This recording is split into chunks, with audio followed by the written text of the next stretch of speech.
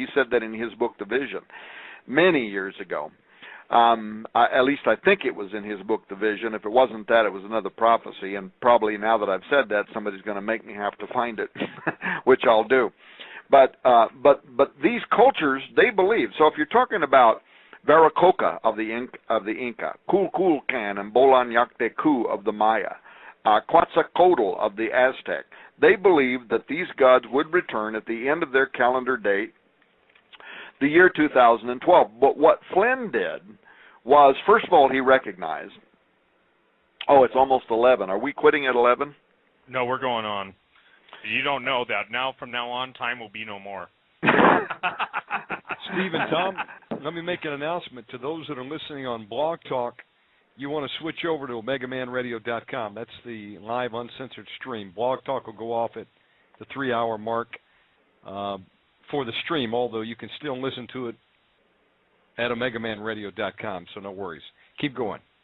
And we also may have some questions from listeners. I get all of that. So I'll try to do this real quickly. But part of the legitimate interest that David Flynn had concerned not just the year 2012, the prophecy of the return of these various entities and all that, but how all of this stemmed from the obvious fact that, first of all, the Maya, they were either unquestionably gifted mathematicians and astronomers or something else, because they measured or had knowledge of the length of the solar year, for instance, way more accurate than did the Europeans in the Gregorian calendar. They precisely oriented their sacred buildings and cities with stars and star clusters, particularly, interestingly enough, Pleiades and the Orion Nebula, which is associated throughout the ancient Middle East with Osiris, Apollo, and Nimrod. The pre-Columbian book, the Codex Dresdensis, what's also just known as the Dresden Codex by the Yucatec Maya, it's famous for the first known related illustrations of very advanced calculations, astronomical phenomena. So the question then is, how were the pre-telescopic Maya, who didn't even have the wheel, how were they so uniquely aware of such important knowledge?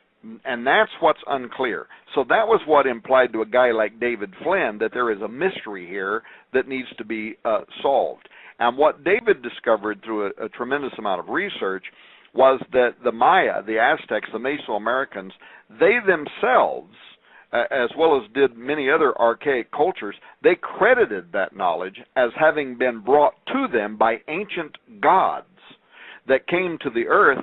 And throughout Mesoamerica, it appears that they came through some kind of stargate, at least in their mythos. They have these big gated constructs that are built in Tiahuanaca, various other places, that they ascribed as a portal through which the god had a mysterious kind of key, and those gods would come. Now, that sounds like a fairy tale, right? But it's the only explanation we have from their history about where this unprecedented knowledge that they had that was far in advance of much of the rest of the world, where that knowledge came from. So what happened was, in 2008, David Flynn started making discoveries. And if you look at RaidersNewsUpdate.com/giants.htm, you'll see that much of the information, the size and the scope of it, simply surpasses comprehension. I don't know how many times I've read that article. David actually contacted me. He said, I'm using Google Earth and some other above-Earth orbiting satellites. And once again, he said, I think I found something nobody's ever saw before. He wrote a bunch of the information, sent it to me. I edited it. I kind of cleaned up the language, if you will. So he and I kind of, sort of, wrote the article together, but none of the revelation was mine. It all came from David. Every bit of it was his. And what he found was mammoth traces of intelligence, carved in stone, literally covers hundreds of square miles, And I wrote at the intro of the article that, in my opinion, it was possibly the strongest evidence that was ever detected of prehistoric engineering by those ancient entities that were known and feared throughout the ancient world as gods. But I was talking about, of course, the giant offspring of the Watchers.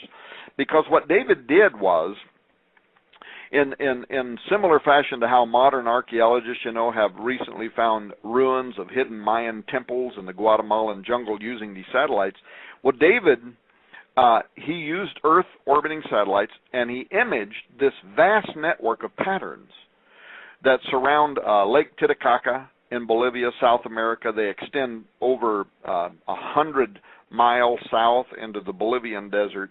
But what's strange about them is that there are patterns that display geometric repetition, interlocking rectangular cells, mounds, perfectly straight lines that are cut deep through the rock into the earth, and it goes across everything. I mean, the topographical features, high plateaus that surround the lake, through floodplains, through hills, through cliffs, through mountains, these deep, straight, perfect lines that lay out these patterns upon the earth. There is no technology on earth that could explain how in the world these patterns were created. And I am still to this day astonished. I think, frankly, Steve, I think the only reason why National Geographic or somebody else hasn't picked that article up and wrote something about it is, first of all, they don't want to deal with the ramifications, and secondly, they have no clue how to explain what we're looking at. So Tom, hold that thought, because we're going to get aced out with the changeover. Bruce, do you want to go ahead and announce it one more? And yes, we'll sir. Stay until we come back. We need those out there that are on Blog Talk to now switch over to OmegaManRadio.com if you weren't listening there already, and you'll be able to hear this final segment tonight. We're still live on tape, and this will be available up in the archives later, the full 4 hours, for those that were on BTR and didn't make the switch. We're now live on the 4th hour. Continue on, guys. Go ahead, Tom. Well, I'll try to do it quickly, but the whole point is this.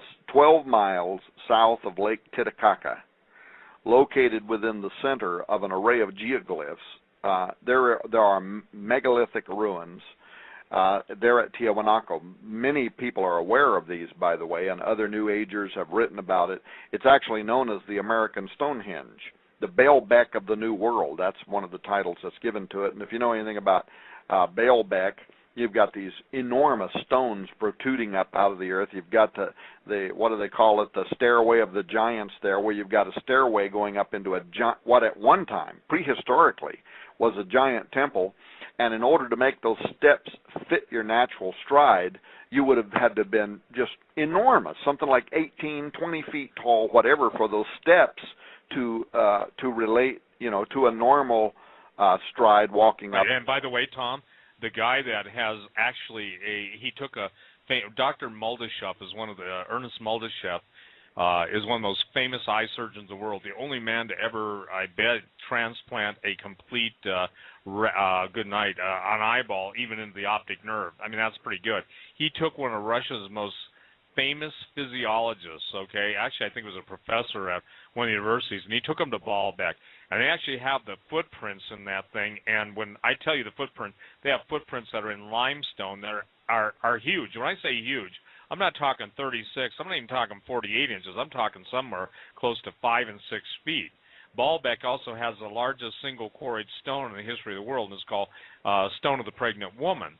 Saying all that, the point is Baalbek is supposedly, underneath Baalbek, is the largest hive, and I don't know, I can't prove this, but I was told this by guys that fight these things, literally, is the largest hive, or if you will, repository of giants in stasis, S-T-A-S-I-S, and it's interesting if people understand where Baalbek is, and again, in the Hebrew, they used to refer to a lot of those areas as the Valley of the Rephaim. And, I argue with a lot of my critics and people who came after me.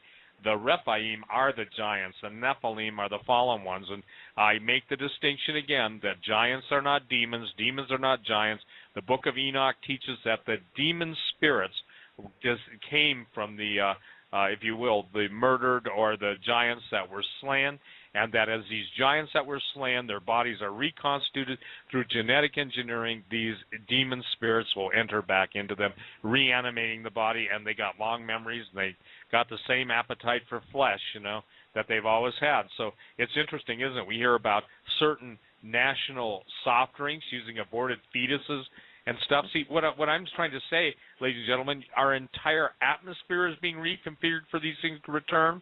And, Tom, do you remember the Norway spiral back in, what was it? Yeah. I think what people need to understand, even at Tiwanaku, and I was just told by a former park ranger in Utah, it seems like Utah and the Four Corners region of the United States, where they actually have an area called the Valley of the Giants, that the spirals, every place I have been able to type spirals, both to prehistory and I'm talking, ancient history, the spiral was always a sign, if you will, of the location of a stargate, angel gate, whatever you want to call it. So remember who was in Norway when that appeared in the sky, and the blue beam. And if anybody doesn't know what it is, just Google Norway spiral, and you'll probably get the mail online. What I'm saying is what you're saying about all of the Mayan, Aztec, Incan, they all A-L-L, attribute their building of their empires to the giants that came from the east. And that's exactly where I was going with that. And David didn't just make that statement, but he went into tremendous research about all of the different cultures around the world that explained what otherwise cannot be explained. You're talking about some of the biggest stones in the world. People could go to Google, by the way, and they can type in Baalbek and then hit images and look at some of those stones. I mean, we don't have equipment in the world today that could fashion those stones and set them in place, and yet the original foundation for some of those large temples there in Baalbek, you can see the original stones, and then you can see all the cultures that followed. The Romans, the Greeks, they put their little dinky stones on top of it and rebuilt over and over again, and then a war would happen and somebody would tear it up and then they rebuild again. But look at the foundation stones. Who in the world built them? Because there was no empire that followed whoever built them that could repeat that technology. In fact, at Tiwanaku, there's no stones there that are as big as the ones at Baalbek, but there is one of the largest single stones ever to be moved and put into a building anywhere on Earth. It's actually 400 tons. So think about that. But the mystery is, the experts say that it was transported to Tiwanaku from a quarry that is over 200 miles away. That's where that stone came from, 400 tons. So imagine how incomprehensible it is when you realize that the route of transport for a 400-ton stone over 200 miles had to be taken through a mountain range up to 15,000 feet. Who did that? We're talking there. Some of the extra biblical texts talk about some of these giants being as much as 200 feet tall. Well, there had to be something, because otherwise there's no conventional explanation for how those stones could be moved 200 feet through 15,000 feet above sea level, 200 miles, and then put into place in some of the temples that are there. And then you get these conventional historians that tell us that the structures at Tiwanaku are only about 600 years BC, and that a pre-Inca civilization that didn't even have the benefit of a wheel or any other type of, didn't even have modern written language, I guess they put these 400-ton stones on the back of their ponies, their mules, and jacked them up there somehow, right? Yeah, I can tell you something interesting. As I've studied this, I had Brian Snoddy, S-N-O-D-D-Y. If people want to go to my website, stevequayle.com, click on the Giants section and go to the illustrations. I don't know if you've ever seen that. I'll email it to you. Okay. But Brian did an email for me. The Giants had an ability, and I was told by people who have talked about this, and people smarter than I did, but they had a form of harmonic levitation, okay? They were able to offset gravity by emitting a sound through their nose and their, now understand these are big guys, okay? And I don't understand how it did it, but if you take your hand and pound the desk, you watch stuff move, because obviously you're creating a shock wave. They were able to create harmonic levitation, and nobody in the world has ever said this but me. So if you hear it, ladies and gentlemen, they're just parroting it, because nobody in the world knew it until a certain person told me that. I didn't come up with it. The bottom line is that they were able to literally change the gravitational field of the surrounding area around the rocks and basic, if you will, float them on gravity waves. Now that's mind-blowing. Well, and some type of technology like that corresponds to what the first Spanish chroniclers who arrived with the conquistador Pizarro in Inca, that was what they explained, that Tiahuanaca, in this instance, had been constructed by a race of giants using a science that they didn't understand. They called it Horus, and that before Chamacpaca, which was the period of darkness and the time of the flood and all that they had done this all before then, and that it was, in fact, it was so long before the Inca arrived that those great temples and stuff were already in ruins. Their early history says it was already in ruins, and they only had oral history about what had happened there, but that it was giants that had been created by Viracocha, or Coculcan to the Maya and Quetzalcoatl to the Aztecs, the god that they said came from the heavens. So in other words, the Watchers, those who descended from the heavens. And Inca mythology involving the giants, followed by a world deluge, well, that corresponds perfectly with all the legends we know, from the Maya to the Olmec to the Aztec cultures of Mexico. Those stories are all consistent with Sumerian and Hebrew accounts of the flood and of the giant Nephilim, whose history of human sacrifices, by the way, also parallel Mayan rituals. The victims of Maya had their arms and legs held down while a priest would cut their chests open and rip their hearts out. Greek. And by the way, let me just put it into perspective. Historians used to argue about that, but they were bloody, and I mean bloody cannibals. And it's my contention that many of the giants existed, and that these guys were basically kept from being eaten.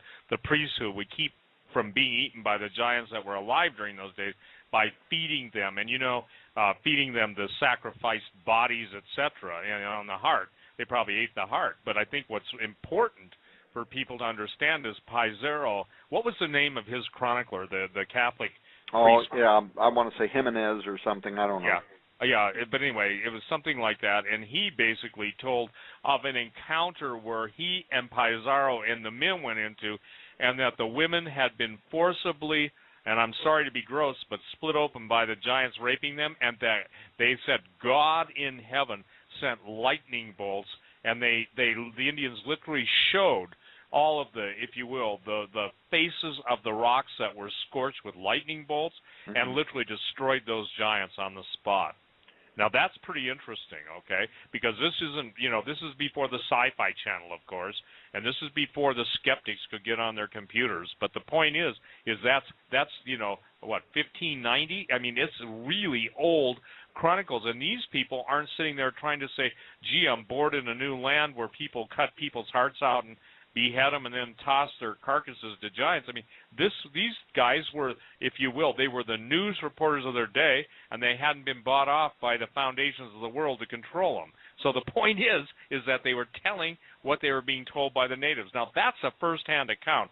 That's a far different thing than all of the nonsense that we're being, exposed to daily. But continue on, because the Mayans, the Aztecs, and the Incas all owe their origin to the fallen ones. Okay. Yeah, and so the Maya prehistory echoes the advent of the Watchers, their giant offspring, but it also looked forward to a particular date, one date, 2012, the year that you and I are in right now, sitting here talking to only God knows how many people, and that could be beyond significant, because It was around the year 2000. Well, it was in 2005. I happen to know that because the date is on the article when David Flynn wrote it. And David Flynn wrote a